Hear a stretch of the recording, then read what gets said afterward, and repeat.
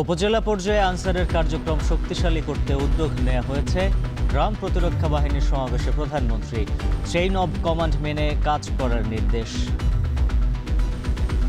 বাংলাদেশ আনসার ও গ্রাম প্রতিরক্ষা বাহিনী ভবিষ্যতে প্রযুক্তি নির্ভর মানবিক সামাজিক বাহিনী হিসাবে ইনশাল্লাহ আত্মপ্রকাশ করবে।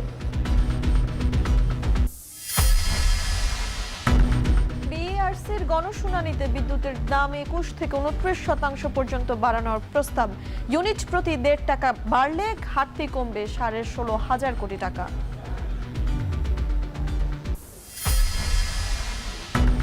আর্থিক খাতের দুর্নীতি নিয়ে অর্থমন্ত্রীর উদ্বেগ। অডিটে স্বচ্ছতা না থাকলে বিদেশি বিনিয়োগ আসবে না। বিগত আমলে শেয়ার বাজারে অসংখ্য ভুয়া কোম্পানির তালিকাভুক্তির অভিযোগ।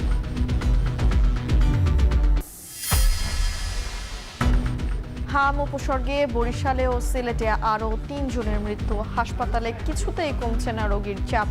আইসিইউ সংকটে চিকিৎসা দিতে হিমশিম কর্তৃপক্ষের। রাজধানীর বাইরের হাটগুলোতে জমে উঠতে শুরু করেছে কোরবানির পশু বেচাকেনা। চামড়া সংগ্রহে জেলায় জেলায় ব্যাপক প্রস্তুতি। গরুর লাম্পি স্কিন নিয়ে শঙ্কা ব্যবসায়ীদের।